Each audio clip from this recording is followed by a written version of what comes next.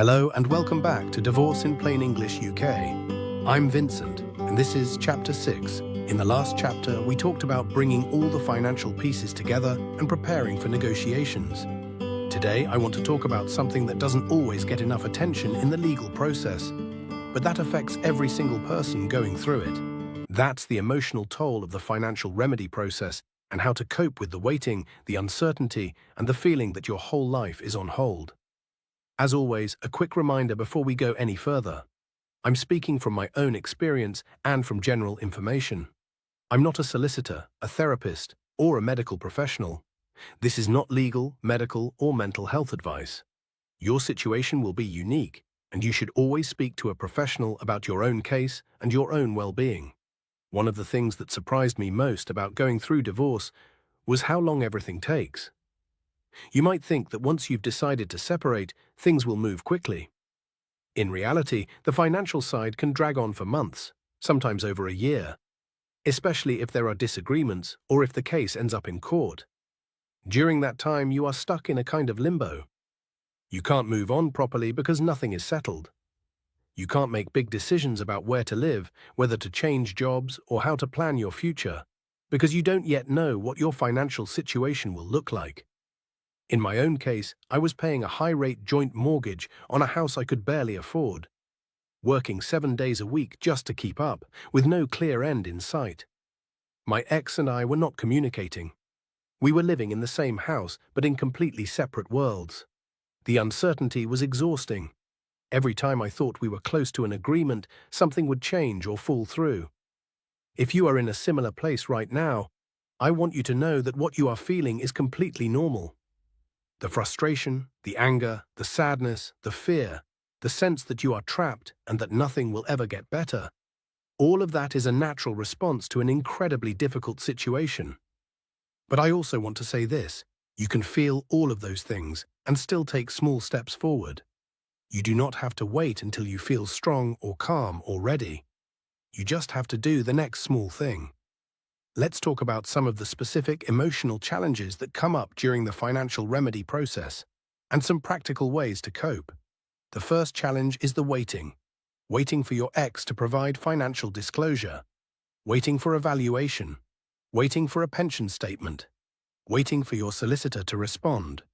Waiting for a court date. Waiting for a decision. Waiting is hard because it makes you feel powerless. You want to move forward, but you are dependent on other people and on systems that move slowly. One thing that helped me was to focus on what I could control, even if it was small. I could not control when my ex would send her financial information, but I could make sure mine was complete and organized. I could not control the court timetable, but I could use that time to educate myself about the process. I could not control the final outcome, but I could make sure I understood my options. In the financial remedy roadmap, I include checklists and templates that help you stay on top of the practical tasks so that even when everything else feels chaotic, you have something concrete you can do. The second challenge is the uncertainty. Not knowing where you will live, how much money you will have, whether you will be able to afford to stay in your area, whether your children will have to change schools. That kind of uncertainty can be paralyzing. What helped to me was to plan for different scenarios. I didn't just focus on the best-case outcome or the worst-case outcome. I looked at a few realistic possibilities and thought through what each one would mean practically. If the house has to be sold, where could I realistically afford to rent? If I have to take on more of the mortgage, what would my monthly budget look like? If my pension gets shared, how does that affect my long-term plans? This is not about being pessimistic. It's about reducing the fear of the unknown. When you have thought through a few different paths, the uncertainty feels a little less overwhelming. The third challenge is the feeling that your life is on hold. You might feel like you can't make any decisions, start any new relationships, or even think about your own happiness until the divorce is finalized. I completely understand that feeling. But I also learned, slowly and painfully, that putting your whole life on pause is not sustainable. You still have to live. You still have to work. Look after your children if you have them, pay bills, eat, sleep, and try to find small moments of peace or even joy. Give yourself permission to do things that are just for you, even if they feel trivial. Go for a walk. Listen to music. Meet a friend. Watch something that makes you laugh. These are not distractions from the serious business of divorce. They are what keep you functioning so that you can handle the serious business of divorce. The fourth challenge is loneliness and isolation. Divorce can be very isolating, especially if you feel ashamed, or if you don't want to burden your friends and family, or if your ex has made it difficult for you to maintain relationships. I felt very alone during my divorce. I was working all the time, dealing with financial stress and trying to hold it together for my children. I didn't always feel like I could talk openly about what I was going through because I didn't want to be judged or pitied. If you are feeling isolated, please try to reach out to someone. That might be a friend, a family member, a support group, a counselor, or even someone online who has been through something similar. You do not have to go through this completely alone. If at any point you feel stuck or you just want to talk this through with someone who has been there, you can reach out to me directly via the contact details on my Gumroad page. I'm more than happy to speak with you and share my opinions or views based on my own journey. Just so we're clear, I'm not a lawyer and I can't give you legal advice. I can only speak to you from my own personal experience of going through divorce and dealing with the financial side of it. The fifth challenge is anger and resentment. You might be furious with your ex for how they have behaved, for the lies they have told, for the money they have wasted, for the way they are dragging things out. You might be angry with the system for being slow and expensive. You might even be angry with yourself for decisions you made in the past. Anger is a normal and valid emotion. But if it takes over completely, it can cloud your judgment and make it harder to negotiate effectively. I'm not saying you should suppress your anger or pretend everything is fine.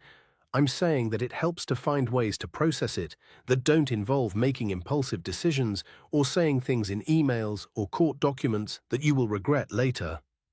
For me, writing things down helped, not in formal letters, but just for myself.